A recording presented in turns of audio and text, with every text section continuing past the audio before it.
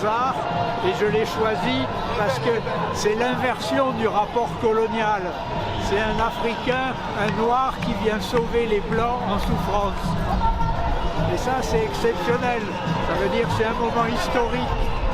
C'est les Africains qu'on a maltraités qui viennent nous dire « on va vous aider ».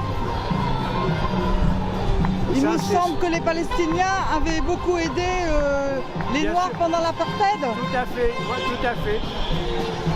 Et les Noirs sud-africains, l'ANC, Mandela, savaient très bien ce que c'était que leur régime et les amitiés qu'il avait avec les sionistes. Ils savaient que c'était les mêmes régimes et qu'on a failli, à cause de ça, avoir une bombe atomique en Afrique du Sud, une bombe atomique israélienne.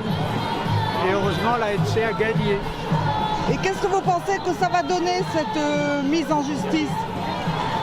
C'est exemplaire, parce que c'est la première fois qu'il y a un tribunal de l'ONU qui se penche sur le sujet, mais c'est extrêmement difficile parce qu'il y a 15 magistrats, et sur les 15, il suffit qu'il y en ait 8 qui disent qu'Israël a raison, et tout est foutu de ce point de vue-là.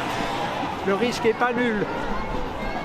Vous n'êtes pas très optimiste en fait, non, alors, pas gagné parce qu'on sait d'expérience que l'ONU dans ces cas-là et les États-Unis en particulier font dans les couloirs, ils corrompent, ils menacent les enfants des diplomates, des magistrats, ils ont tout fait, donc on peut avoir des craintes, je les ai.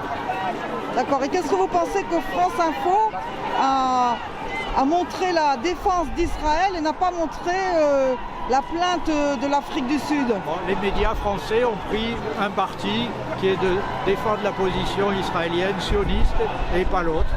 Donc ils ont déjà choisi pour la défaite de la Cour internationale de justice. Merci. Comment vous vous appelez? Bernard.